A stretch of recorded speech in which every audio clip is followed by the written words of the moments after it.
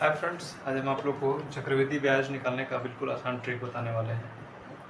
ठीक है, अगर देखिए जैसे एक क्वेश्चन है 1000 रुपये का 10% चक्रवृद्धि ब्याज की दर से 2 वर्ष का चक्रवृद्धि ब्याज क्या होगा। ठीक है, तो चक्रवृद्धि ब्याज निकालने के लिए हमको बिल्कुल एकदम लॉन्ग फॉर्म में जाना पड़ता है। ठीक है, फार्मूला लगाना पड़ता है।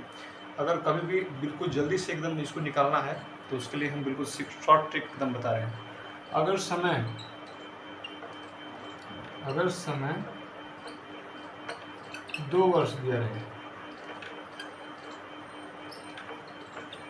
ठीक है, अगर समय जो है 2 वर्ष रहेगा, ठीक है, तो बस आपको एक ही बात ध्यान रखना है कि उसका एक थोड़ा सा बस याद रखना है कि 2 वर्ष समय है तो उसके लिए 2 और +1 इतना ही याद रखिएगा। इसका बताएंगे यूज कहाँ पर है।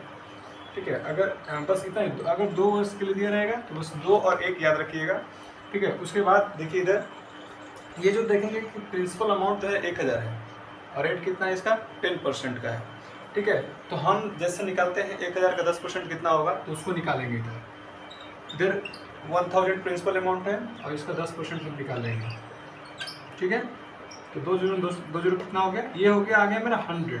तो देखिए अब ये जो 2 1 याद किए हैं ना, यहाँ पर जो फर्स्ट में हम हमारा जो प्रिंसिपल अमाउंट आया 100, इसको यहाँ पर क्या कर देंगे 100 से मल्टीप्लाई कर देंगे। समझ में आया, ये जो मेरा प्रिंसिपल अमाउंट 1000 का 10% निकालें तो कितना आया 100, तो 100 से इसको मल्टीप्लाई कर देंगे। अब देखिए 1 में भी इसमें भी मल्टीप्लाई करना है। अब किससे करेंगे तो देखिए ये जो 100 है, ये 100 जो आया है आपका, इस 100 का फिर हम 10% निकालते हैं। कितना निकालेंगे 10%। ठीक है, तो ये 2 शून्य से 2 शून्य कैंसिल हो गया, बचा कितना 10। ठीक है, तो ये कितना हो जाएगा 200 और +1 × 10। देखिए ये जो 10 आया इससे 1 में मल्टीप्लाई किया। ठीक है, ये 200 इधर हो गया और 1 × 10 कितना हो गया 10। मतलब आपका टोटल आंसर कितना हो गया 210 रुपये। अब इसी पे हम एक और एग्जांपल लेते हैं। ठीक है, इस बार मैंने क्या रखा है कि 5000 प्रिंसिपल अमाउंट है और रेट है आपका 5%। ठीक है, टाइमिंग वही है 2 ईयर्स, क्योंकि मैंने अभी ट्रिक बताया है सिर्फ 2 ईयर्स के लिए ही बताया है। ठीक है, तो उसके बाद हमारा क्या कंडीशन है फर्स्ट कि 2 ईयर्स का अगर दिया रहा है इस समय तो हमको याद करना है 2 और +1। ठीक है, उसके बाद प्रिंसिपल अमाउंट है 5000, तो 5000 का 5% निकालेंगे पहले। ठीक है, तो निकालते हैं 5000 का 5%। ठीक है, ये 2 जीरो से 2 जीरो कैंसिल हो गया, कितना हो गया 250। समझ में ना, ये 250 आया आपका। और यहाँ पर जब जो ये यहाँ आता है ये 2 में मल्टीप्लाई होता है, 2 × 250 हो गया। ठीक है, अब उसके बाद जो ये 250 आया इसका फिर दोबारा से 5% निकालते हैं। ठीक है,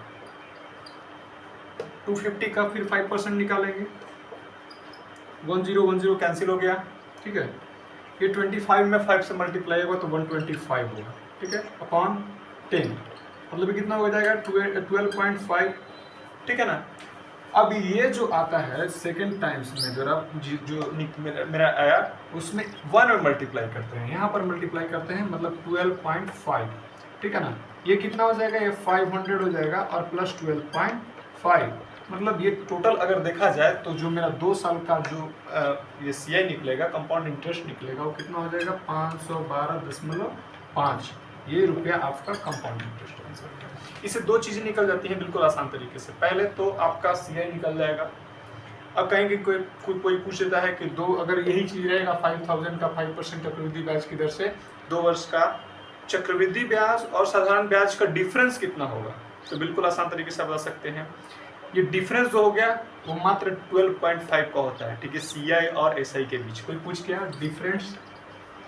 ठीक है, डिफरेंस ऑफ CI - SI तो कितना हो जाएगा, ये जो 12.5 है ना, यही आपका 12.5 क्या हो जाएगा डिफरेंस हो जाएगा। ठीक है, थैंक यू।